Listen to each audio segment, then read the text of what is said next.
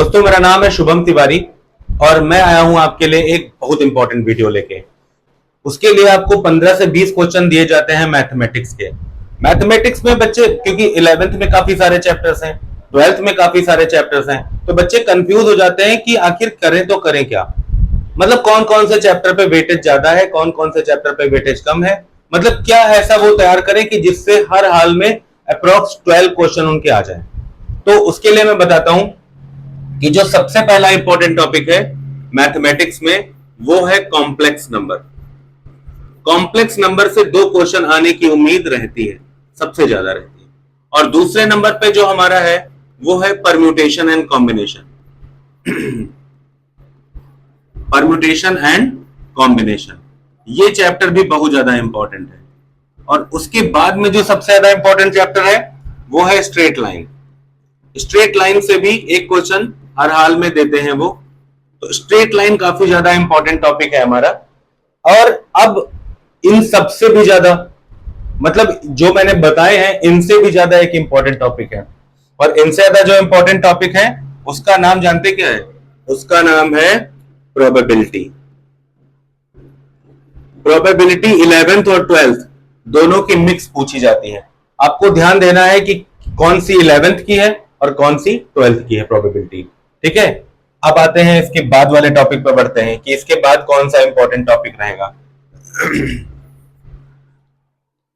तो जैसे कि आपको पता है कि जो ये टॉपिक मैंने बताए हैं आपको, इनके अलावा एक चैप्टर है जिसका नाम है sequence and series. Class 11th का टॉपिक है। तो सीक्वेंस एंड सीरीज ये भी काफी ज्यादा इंपॉर्टेंट है आपके लिए। सीक्वेंस एंड सीरीज, और आपको तो पता ही है कि एपी तो हट गया है, अब एपी सिलेबस में नहीं आता है। तो जीपी, ज्योमेट्रिक प्रोग्रेशन, ये काफी ज्यादा इंपॉर्टेंट हमारे लिए हो जाता है। अब ये तो हो गए 11th के टॉप मोस्ट टॉपिक। मैं अब देखो चैप्टर्स और बहुत सारे हैं, बहुत सारे चैप्टर्स हैं। मतलब अगर मैं लिखने लगूं तो अभी 5 और निकलेंगे। बट एक बात बताऊं कि ये चैप्टर्स 11th के टॉप मोस्ट प्रायोरिटी है, टॉप इंपॉर्टेंट क्वेश्चन ये चैप्टर्स हैं आपके लिए। ठीक है, मतलब इनसे ज्यादा इंपॉर्टेंट क्वेश्चन आपको नहीं, मतलब इनसे ही सबसे ज्यादा इंपॉर्टेंट क्वेश्चन आपको मिलेंगे। अब बात करते हैं क्लास 12th के जो चैप्टर्स हैं। तो जो क्लास 12th के चैप्टर्स हैं उनमें कौन कौन से सबसे ज्यादा इंपॉर्टेंट हैं? उसमें सबसे पहले नंबर पे आता है जिसका नाम है इनवर्स ट्रिग्नोमेट्री। इनवर्स ट्रिग्नोमेट्री जो है वो सबसे ज्यादा इंपॉर्टेंट है क्लास 12th के चैप्टर्स में से। तो ये हमारा सेकंड चैप्टर है, जैसे आपको पता है कि एनसीईआरटी में सेकंड नंबर पर आता है। ठीक है, और दूसरा जो सबसे ज्यादा इंपॉर्टेंट चैप्टर है उसका नाम है क्या नाम है उसका? हाँ, कॉन्टिन्यूटी एंड डिफरेंशियबिलिटी।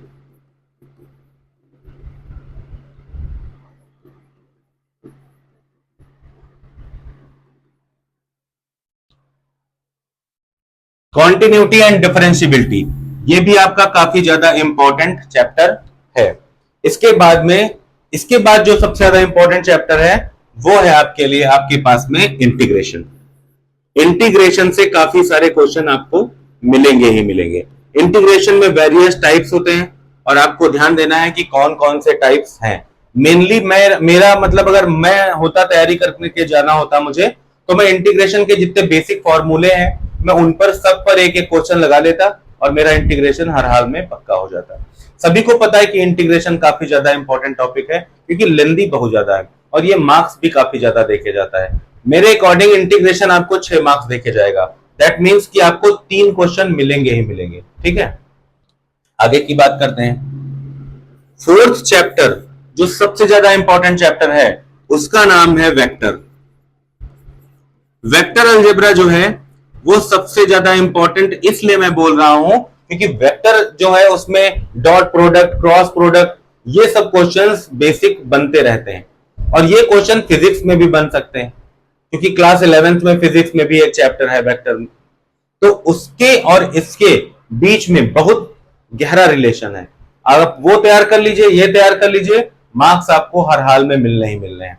ठीक है, अब उसके आगे की बात करते हैं आपसे। इसके बाद जो सबसे ज्यादा इंपॉर्टेंट चैप्टर है उसका नाम है क्या? उसका नाम है 3D। 3 डायमेंशन। 3D जो है वो क्लास 12th वाला तैयार करना है, क्लास 11th वाला नहीं तैयार करना है। क्लास 12th वाले 3D से काफी ज्यादा क्वेश्चन बन सकते हैं, क्लास 11th वाले 3D से एक सिंगल क्वेश्चन नहीं बनेगा, ये मेरी गारंटी है। ठीक है, कि क्लास 11th में जो 3D चैप्टर है उसमें से बहुत ज्यादा पूछा ही नहीं जाता है, उसमें है भी नहीं ज्यादा कुछ। तो जो इंपॉर्टेंट है वो है क्लास 12th का 3D चैप्टर। ठीक है, और क्लास 12th और जब सबसे लास्ट जिसको कहते हैं हम लोग प्रोबेबिलिटी, तो वो जो प्रोबेबिलिटी थी वो 11th की भी इंपॉर्टेंट है और 12th की भी इंपॉर्टेंट है। अब एक बात आपको बताते हैं कि जो ये चैप्टर्स मैंने लिखे हैं इनसे जो जो क्वेश्चंस आएंगे वो एक क्वेश्चन 2 मार्क्स देके जाएगा आपको, और बाई चांस अगर आपसे क्वेश्चन गलत हो जाते हैं तो कोई भी माइनस मार्किंग नहीं करी जाएगी। मतलब आप जितने मन चाहे उतने गलत करिए, जितने मन चाहे उतने सही करिए, कोई भी माइनस मार्किंग आपको नहीं दी करी जाएगी आपके साथ में। मतलब क्वेश्चन गलत है कोई दिक्कत नहीं, वो उसका ही मार्क्स कटेगा और एक्स्ट्रा मार्क्स आपके पास आपके अब नहीं कटेंगे। जैसा कि आपको पता है कि 100 क्वेश्चंस आते हैं, ये हैं आपके पास 100 क्वेश्चन। 100 क्वेश्चन, मार्क्स टोटल कितने? 200। 200 मार्क्स होते हैं, और 200 मार्क्स होते हैं, और एक क्वेश्चन जो होता है वो 2 नंबर का होता है। ठीक है, तो जो मैथमेटिक्स है, मैथ्स, इसके 15 से लेके 20 तक क्वेश्चन आने की उम्मीद रहती है। 15 से 20 क्वेश्चन आपको मैथमेटिक्स के मिल जाएंगे। एक बात बता रहा हूं आपको कि जब कभी भी आप लोग पेपर देने जाते हैं एंट्रेंस वाला, तो इसमें ये नहीं है कि अगर एक क्वेश्चन फंस गया तो फिर लगे हो उसके पीछे। रुक जाओ भाई, अगर वो क्वेश्चन नहीं लग रहा है तो थोड़ा आप वेट कर लीजिए, उस क्वेश्चन को पेंडिंग में डाल दीजिए। जो आपसे लग रहे हैं पहले आप उनको लगा लीजिए, और जो क्वेश्चन नहीं लग रहे हैं उसको आप सबसे बाद में लगाइएगा। वो एमआर शीट वाला है फॉर्म, तो आपको ध्यान देना पड़ेगा कि स्पीड आपकी मतलब भर की होनी चाहिए। ऐसा नहीं कि केवल आप पूरा पूरा पेपर करते ही करते चले गए और लास्ट में ओएमआर सीट आपने फिल ही नहीं करी। अगर लास्ट में आप ओएमआर सीट ही नहीं फिल कर पाते हैं तो क्वेश्चन लिखने का मतलब क्या है? तो कम से कम आप अपने पास अपनी टाइमिंग के अकॉर्डिंग 100 क्वेश्चन है, 100 सर्कल भरने में कितना टाइम लगेगा ये आप खुद अपने ध्यान से रखिएगा। मुझे तो लगता है कि आपको लगभग 10 मिनट या 12 मिनट के आसपास में रखना चाहिए। 10 मिनट के आसपास में जब आप अपने पास रखेंगे तो ओएमआर शीट को प्रॉपर तरीके से फिल कर पाएंगे, मतलब कोई भी गलती नहीं होगी। बहुत सारे बच्चों मैंने देखा है जो अभी अभी सीयूईटी का पेपर देके आए हैं, वो बोल रहे थे कि सर लास्ट में मतलब जो पिछली बार दे चुके हैं लखनऊ यूनिवर्सिटी के एंट्रेंस एग्जाम, तो वो बोल रहे थे कि सर लास्ट में जो 10 मिनट्स होते हैं उसमें अगर फिल किया जाए तो कंप्लीटली आप फिल कर सकते हैं ओएमआर शीट।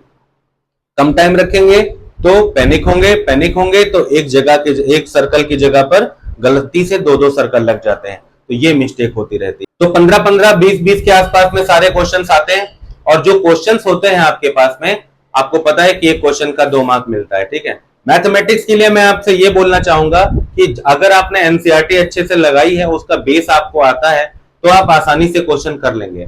लेकिन एनसीईआरटी के क्वेश्चन नहीं मिलेंगे एग्जैक्ट, लेकिन एनसीईआरटी का बेसिक जो है वो आपका अगर तैयार है तो आप आसानी से क्वेश्चन कर सकते हो। ठीक है, तो उम्मीद है आपको ये वीडियो पसंद आई होगी। अगर आपको ये वीडियो पसंद आई है तो चैनल को लाइक करिए, सब्सक्राइब करिए और वीडियो को शेयर करिए। ठीक है, जय हिंद।